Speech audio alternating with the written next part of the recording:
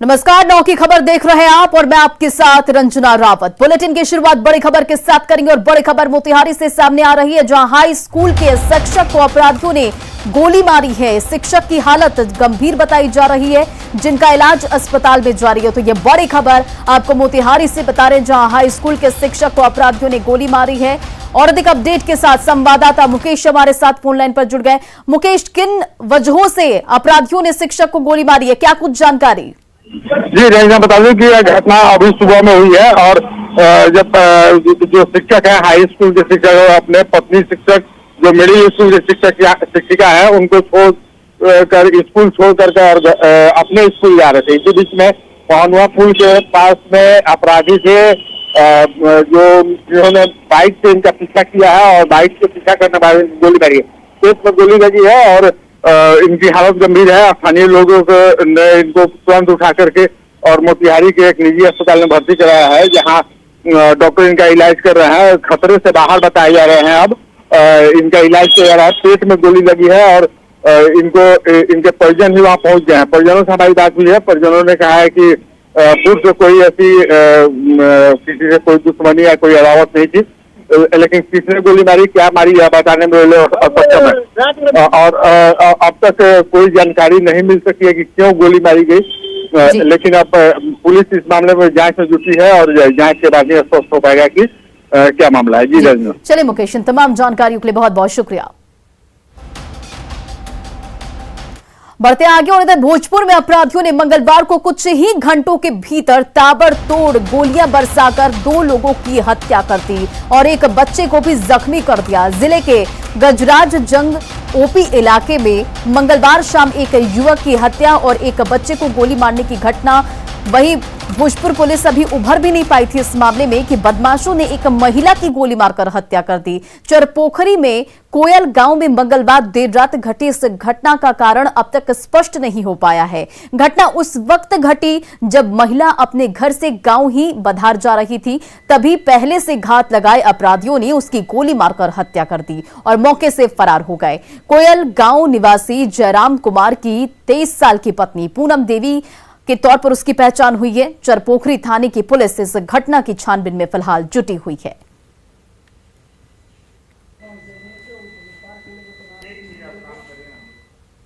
और अगली बड़ी खबर दानापुर से सामने आ रही, जहां फुलवारी शरीफ में 25 से 30 लाख के सोने की लूट हुई है। मित्र मंडल कॉलोनी में ज्वेलरी दुकानदार को गोली भी मार दी गई है। तो देखिए, ये बड़ी खबर दानापुर से सामने आ रही है, जहां फुलवारी शरीफ में 25 से 30 लाख सोने की लूट हुई है। मित्र मंडल कॉलोनी में ज्वेलरी दुकानदार को गोली भी मार दी गई है। दुकान बंद करने के बाद घर लौटने के दौरान ये हादसा हुआ है। हथियारों से लैस 5 बदमाश 300 ग्राम सोना लूटकर फरार बताए जा रहे हैं और पटना एम्स में दुकानदार को एडमिट कराया गया, जहां फिलहाल इलाज उनका जारी है और पुलिस इस पूरे मामले की छानबीन कर रही है।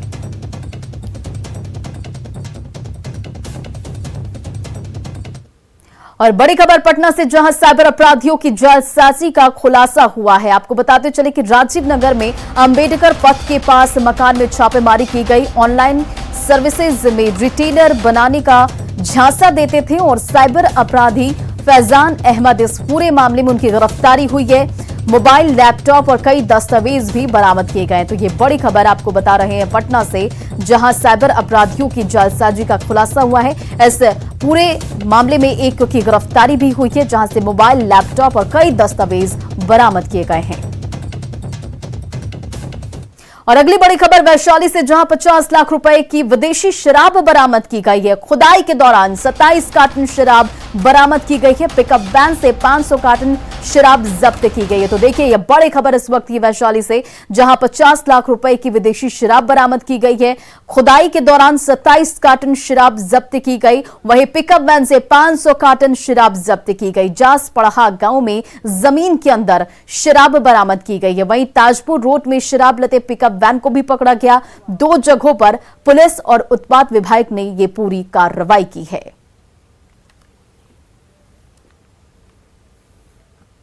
और इधर जहानाबाद में शहर से सटे ही देसी शराब के कारोबार का खुलासा हुआ है। पंचमहला इलाके में नदी किनारे पुलिस की टीम ने शराब के अड्डों पर छापेमारी की और कार्रवाई में बड़े पैमाने पर जावा, महुआ और दूसरे उपकरणों को भी नष्ट किया गया। इस कार्रवाई में कारोबारी की गिरफ्तारी हुई है। शराब के अड्डे से 3 LPG सिलेंडर और 2 बाइक भी जब्त किया गया है। मुख्यालय से भी आदेश था हम लोगों को, तो हम लोगों ने पूरे ज़िले में मैं और अनुमंडल पदाधिकारी रेड कर रहे थे। उसी दौरान हमारे LTF से सूचना प्राप्त हुई थी शाम में, तो उसके सत्यापन में हम लोग आए। ये पहले से भी एक्यूज रहा है, ये बैजू चौधरी एक्यूज रहा है। तो इसी सूचना हम लोग को मिली कि यहाँ पे उपकरण के साथ में कुछ बनाया जा रहा है, ऐसी सूचना मिल रही थी। और खगड़िया से बड़ी खबर, जहां कार से 20 लाख कैश बरामद हुआ है। वाहन चेकिंग के दौरान ये कैश बरामद किया गया है। और आपको बताते चले, मुफस्सिल थाना इलाके में उत्पाद विभाग की ये कार्रवाई, यूपी नंबर कार से 20 लाख कैश बरामद किया गया है। तो खगड़िया से ये बड़ी खबर, देखिए तस्वीरें आपके सामने, कार से 20 लाख कैश बरामद किया गया। आपको बताते चले, वाहन चेकिंग के दौरान कैश से भरा बैग मिला और ये मुफस्सिल थाना इलाके में उत्पाद विभाग ने कार्रवाई की है। राजधानी पटना में चोरों के हौसले इतने बुलंद है कि वो दिन दहाड़े फ्लैट का ताला कटर से काटकर चोरी कर रहे हैं। ऐसा ही एक मामला सामने आया बहादुरपुर थाना क्षेत्र के डॉक्टर कॉलोनी में, जहां उमा हॉस्पिटल के निदेशक डॉक्टर राजीव कुमार के बंद फ्लैट का ताला काटकर चोरों ने 35,000 रुपए नगद समेत 10 लाख के जेवर की वहां से चोरी की। ये पूरी वारदात जो है CCTV कैमरे में कैद हो गई। मंगलवार की दोपहर करीब 1:30 बजे की ये घटना बताई जा रही है और घटना के वक्त निदेशक बाहर गए थे, जबकि उनकी पत्नी सुनीता कुमारी अपने बच्चों को स्कूल से लाने गई थी।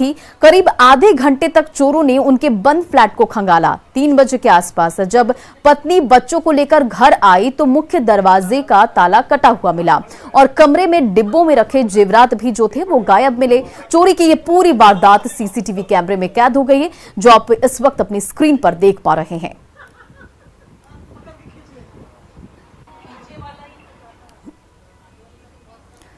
और हजारीबाग से बड़ी खबर, जहां 2 बाइक की टक्कर में 3 लोगों की मौत की खबर सामने आ रही है। वहीं इस हादसे में एक महिला भी घायल बताई जा रही है, अस्पताल में भर्ती है फिलहाल। विष्णुगढ़ में फॉरेस्ट नर्सरी के पास ये हादसा हुआ है। तो ये बड़ी खबर आपको हजारीबाग से बता रहे, जहां 2 बाइक की टक्कर में 3 लोगों की मौत हो गई है और हादसे में एक महिला भी घायल बताई जा रही है फिलहाल, जिनका अस्पताल में इलाज जारी है। और विष्णुगढ़ में फॉरेस्ट नर्सरी के पास ये पूरा हादसा हुआ है।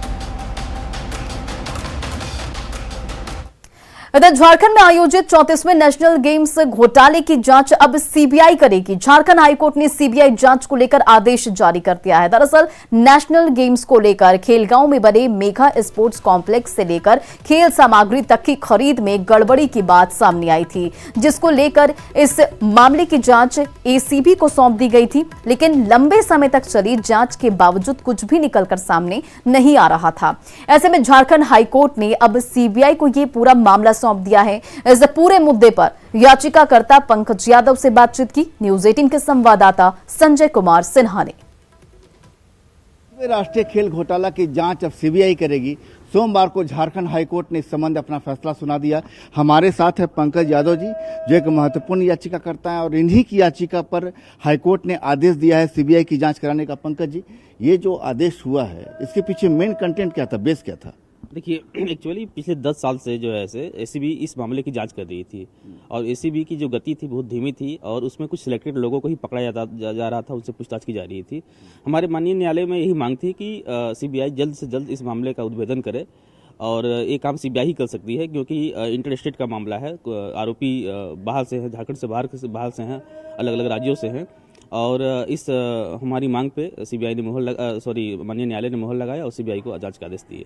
तो आपने जो याचिका दाखिल की थी, किसकी ओर से की थी? मैंने सेंटर फॉर RTI के अध्यक्ष के रूप में याचिका दायर की थी और मैंने मांग की थी कि जो स्पोर्ट कॉम्प्लेक्स के निर्माण में और खेल सामग्री के खरीदारी में जो अनियमितता बरती गई है वो करोड़ों में है और इसमें जो है नियम को धत्ता बताते हुए जो है से खरीदारी की गई है। और विधानसभा कमेटी का भी रिपोर्ट है कि इसमें खामियां हुई हैं, गड़बड़ी हुई है। और मुख्य महालेखाकार का भी ये आपत्ति थी। उन्होंने नोट में ये लिखा था कि अनियमितता बरती गई है, अनावश्यक चीज़ों को ऊंची कीमतों पर खरीदा गया है।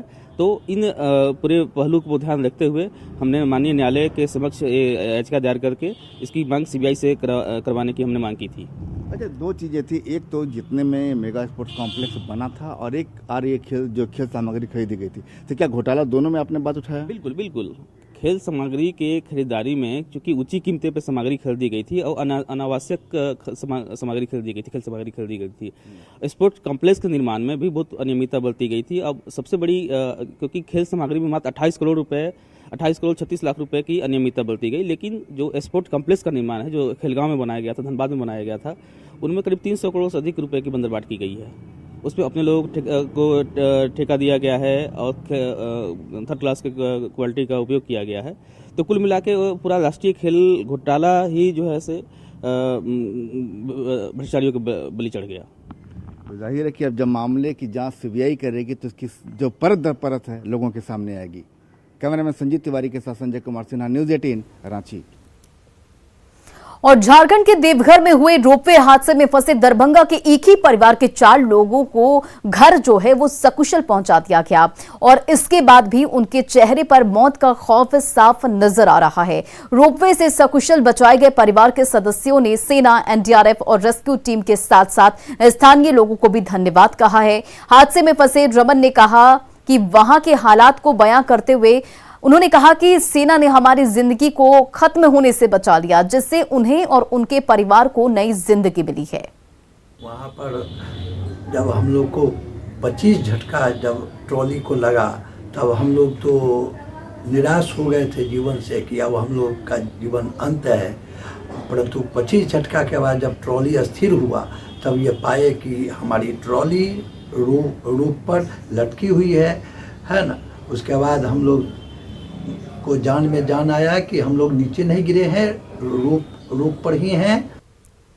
और इधर मोतिहारी के मीना बाजार के दुकानों में भीषण आग लग गई। देर रात लगी आग से अफरा तफरी का माहौल रहा। बताया जा रहा है कि शॉर्ट सर्किट की वजह से ये आग लगी है। हालांकि काफी मशक्कत के बाद से इस आग पर काबू पा लिया गया। तो देखिए मोतिहारी से ये बड़ी खबर, जहां मीना बाजार के दुकानों में भीषण आग लग गई।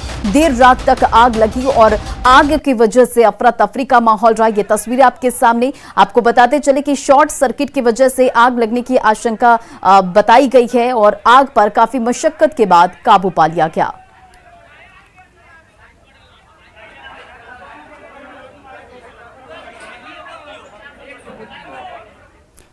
अक्सर ऐसे मामले सामने आते हैं जब पब्लिक पर पुलिस वर्दी का रौब दिखाती है और लोगों की बोलती बंद हो जाती है। लेकिन भागलपुर में इसके उलट एक ऐसी घटना सामने आई है जिसमें पब्लिक ने पुलिस की ही बोलती बंद करा दी और खदेड़ कर भगा दिया। ये वायरल वीडियो धनकुंड थाना पुलिस के जवानों का है।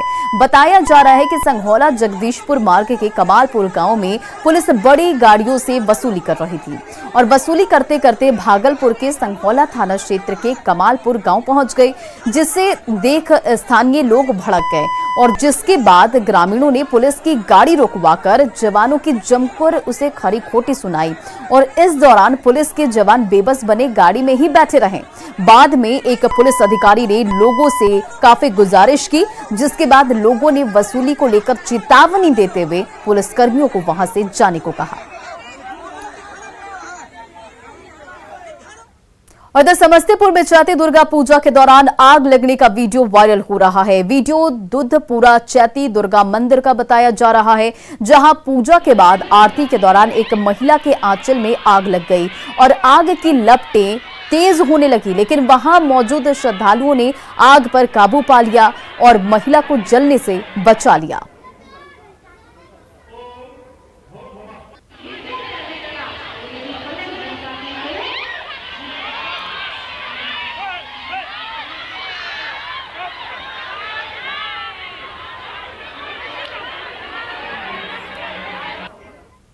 उधर खगड़िया में 3 करोड़ की लागत से तैयार सरकारी स्कूल बच्चों का नहीं बल्कि नशेड़ियों का अड्डा बनते जा रहा है। स्कूल में बच्चों के पढ़ाई की नहीं बल्कि नशेड़ियों की आवाज गूंजती है। क्लासरूम में बिखरा पड़ा नशे का सामान शिक्षा व्यवस्था की पोल खोल रहा है। नशेड़ियों का अड्डा बन चुके स्कूल का वीडियो सोशल मीडिया में वायरल हो रहा है और सोशल मीडिया पर तेजी से वायरल हो रहे इस वीडियो सदर प्रखंड के दुर्गापुर इलाके का बताया जा रहा है, जिसमें जिला प्रशासन की लापरवाही के कारण नशेड़ियों के हौसले बुलंद नजर आ रहे हैं, जिसके कारण लोगों में आक्रोश है। लगभग 3.5 करोड़ की लागत से 2015 में बन के तैयार हुआ था और आज तक मुश्किल से 350 बच्चे नहीं पढ़े होंगे इसमें और 350 दिन पढ़ाई नहीं हुई होगी, यानी 1 साल भी पढ़ाई नहीं हुई 7 वर्षों में। और यहाँ आप देख सकते हैं कि पूरा नशा का अड्डा, जिस चेयर पर बैठ करके शिक्षक को पढ़ाना चाहिए, वहाँ मीटिंग होनी चाहिए, वो पूरे सजा है, महफिल सजा है, जिसमें कि कॉरेक्स, स्माइक, सिगरेट वगैरह नशा का कोई चीज़ नहीं बचा हुआ है जो यहाँ नहीं किया जाता। चलिए अब हम आपको सीएम नीतीश की एक ऐसी तस्वीर दिखा रहे हैं जो शायद ही आपने कभी देखी होंगी। मुख्यमंत्री नीतीश कुमार कल अपने गृह जिला नालंदा में थे और इस दौरान उन्होंने नालंदा में कई जगहों पर सभाएं की और लोगों से मुलाकात भी उन्होंने किया। राजगीर में मुख्यमंत्री अनोखे अंदाज में दिखे। उन्होंने घोड़ा गाड़ी यानी कि टमटम पर सवार होकर बाजार का भ्रमण किया और लोगों का अभिवादन स्वीकार किया। मुख्यमंत्री का ये अनोखा अंदाज देखकर लोग भी काफी उत्साहित थे। तस्वीरों में आप भी देख सकते हैं कि कितनी सहजता से सीएम टमटम पर शहर में सवारी कर रहे हैं।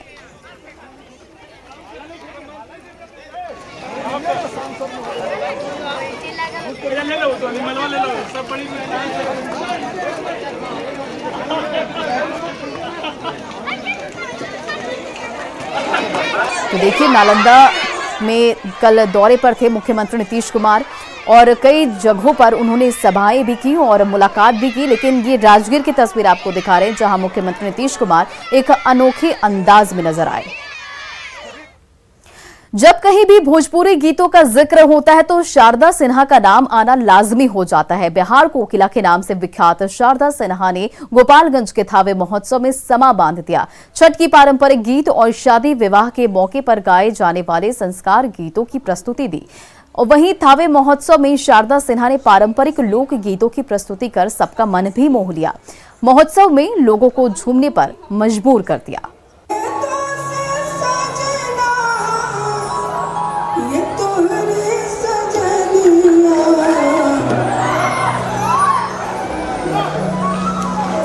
खुशियों को जो आप जाहिर करते हैं ना, तो उसमें तालियां बहुत सुरीली लगती हैं। आपकी क्योंकि तादाद इतनी बड़ी है, उसमें तालियों का सूनापन नहीं चलेगा कि पग पग लिए जाओ तुम्हारी बलैया में, पग लिए जाओ तुम्हारी बलैया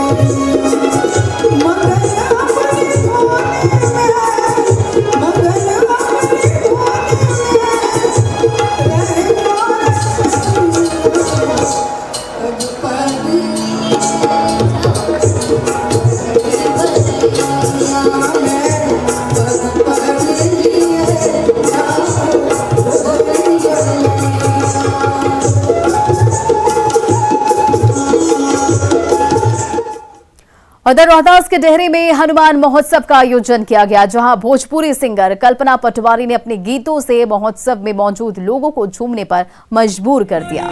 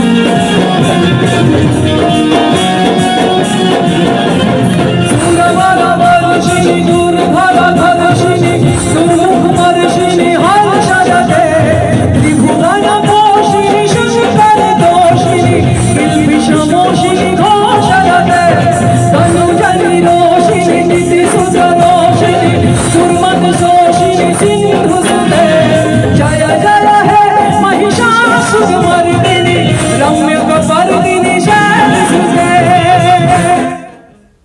और फिलहाल इस बुलेटिन में इतना ही। बने रहे आप न्यूज 18 बिहार झारखंड के साथ।